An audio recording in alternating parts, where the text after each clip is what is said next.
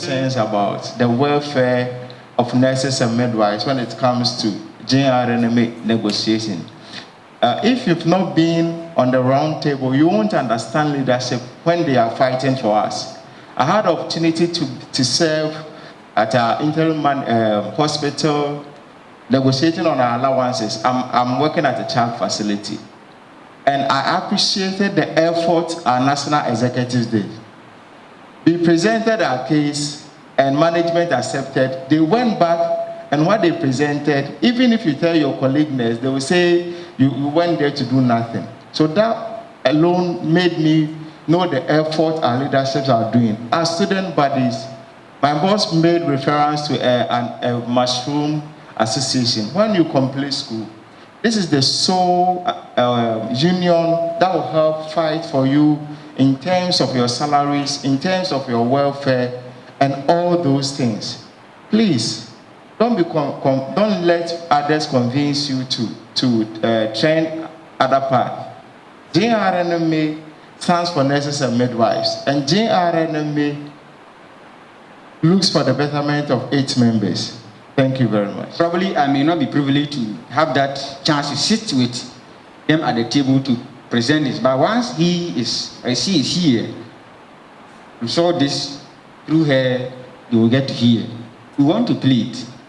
If already we've kept some measures in place, we've already written proposals, but we wish if she can add more of his voice or her voice to it, such that their allowances, the set allowances, be put into a policy where party A will not come tomorrow and say trainee nurses allowances is not necessary, and so he or she is scrapping it. We want it to be in a policy, just as regular salaries are paid. No government can come and say today I won't pay salaries.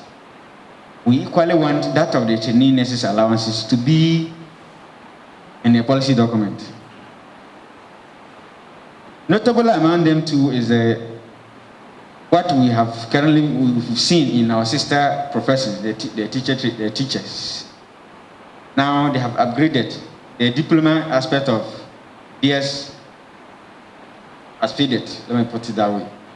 We so wish as trainees too, if we can't also adopt that policy, take that once you finish at the training ground, we no longer acquire a diploma. We also do or acquire that of the degree. Other union, do we have any other union apart from the GRNMA? We have a midwifery group. Those service personnel you are talking about, they are the post-NAC, right? They are doing post-NAC, post-basic midwifery, right? Good. There is this group that is either the government or the Ghana Registered Midwifery Association. They are GRMA. And then we have another one too called NAMGIN, National Association of Registered Midwives Ghana. They are all there. These are all breakaway groups from the Mana Association. Whatever be the case, when we go to the negotiation table, it is the GRNMA. Initially, I made reference to SU groups. I made reference to some of these mushroom groups. They are all taking their feed from GRNMA. Now, my standing here is to portray to you the benefits, what you stand to gain with the GRNMA, formerly known as GRNA. And this is the only official mouthpiece for all nurses and midwives in Ghana. There's only one association holding the CBC, the Collective Bargaining Certificate, and that is the GRNMA. All the others, they just feel like, oh, let's break away. Let's get some people who are unsuspecting. Let's get some monies from them. We have structures from the district level through to the regional and then to the national. Even at the national, we have the conference, we have the congress, and then we have the national council. We have the checks and balances. It is not for anybody's personal things in the pocket. So please, they will come your way. They will talk to you. They will try to confuse you. We are here to tell you what it is. As my boss said, he is part of the National Council. He's a National Council member.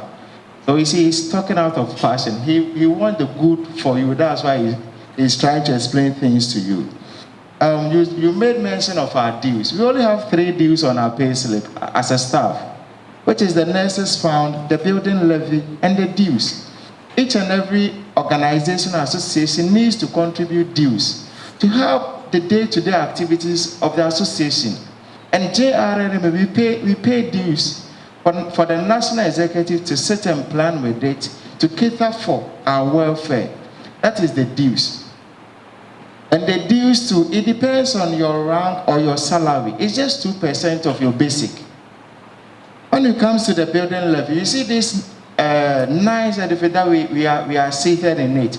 Is this same building levy money that we pay for them to use to build something of this sort to us? Western region, we are having ours. And now look at, we have initially it was 10 regions. Now look at the other 6 regions too. They are there. Just that the association, we are using the old 10 regions. In case the association adopts the 6 regions to 8. That means me, I'm working in Western North. I also put it in motion for national to get us some. So the building levy we are also paying is meant for these things. And when it comes to the nurses fund, which is 50 cedis. My name is Abu Sayaya, the Western and Central Zonal President for GEMTA. Today's program was part of our 3-day journey, which is to select new crop of leaders to represent the association within the zonal level. So as part of today's program, we had our invited guests to come and talk about the theme for the program and also invite us to join the association as in GRNMA and advise us on our behavior within the institutional level. GRNMA is our mother association. If we fall short, that's where we've run to for help. In these 3 days we are staying here, our accommodation was catered for by GRNMA. And they had to slice down some of the feeding grants for us to be able to afford. So with that, you bear with me that they've helped us a lot. They've raised a lot of challenges, though some are known to us and some are new. We've tackled some and some are beyond us. That's where we've involved our GRNMA executive within the national and the regional level. So we are in touch to know how to solve the problem. The theme, we've seen that there's a new friend who is not supposed to be a friend among us, COVID-19. I'm saying a friend because we are finding ways to eliminate it now. So we have to accept it. So we chose that theme for the masses or all individuals to know what lessons we've learned from. That's why basically the reason why we chose the theme. Me being a student or a student nurse, I have learned many lessons as in technology being an option for physical contact in case of pandemic of this sort. And also being innovative enough to come out with ideas on how to protect myself within trying times. My colleagues out there should be very mindful on their day-to-day activities, especially those that involve contact with their colleagues. So we advise, not even advise, we learned that wearing the mask will protect you. So they should continue wearing the mask, observing all the safety protocols to be able to distance the virus from us. I'm Sarah Amu at the Department of Anesthesia and Critical Care, Cape Coast Teaching Hospital.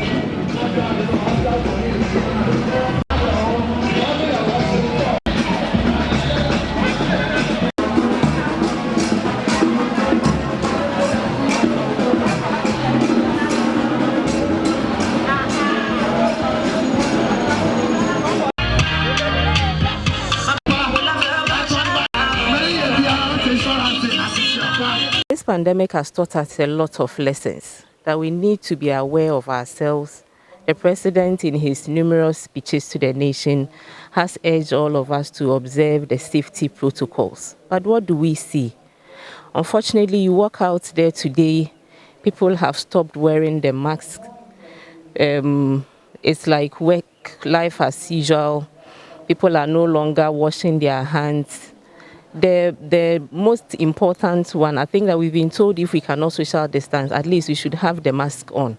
But we don't see that anymore. You go to places where there are Veronica buckets, there is no water, there is no tissue, hand sanitizers are absent in public places. And so it makes it really scary. We have been told that the Delta variant is highly transmissible, which means that if we let our guard down, we are going to have a crisis on our hands. And so it's important that as we celebrate this, have this seminar as a student body, the topic is good, but we need to let the public understand. I think that we virtually have to be advocates or agents to go out there and continue the education. We have done enough, but I think at some point we all relaxed. Even the messages are not coming. So people think that sometimes you go out there and people are asking, is the COVID still around? Of course, it is still around. If you come to our hospitals, we have people coming in with COVID-19. And so we all need to play our part to ensure that we end this so that we can all come back to our normal lives. I think people are tired of the masks and all the things, but if we all put our hands to it and push this out once and for all, we can come back to our normal lives. Yeah, I think before COVID hit, we all knew that using technology in our everyday lives had become like part of us. It was actually the way to go. But COVID has really hastened the process. So now we have, when the lockdown happened, we were having classes online and all that. And this is not something we would stop. It will stick with us. And so for nursing students, we urge that they take technology serious, because very soon we'll be seeing a hybrid, a mixture of both the in-person, face-to-face interaction, and then we'll also be having some of our studies online.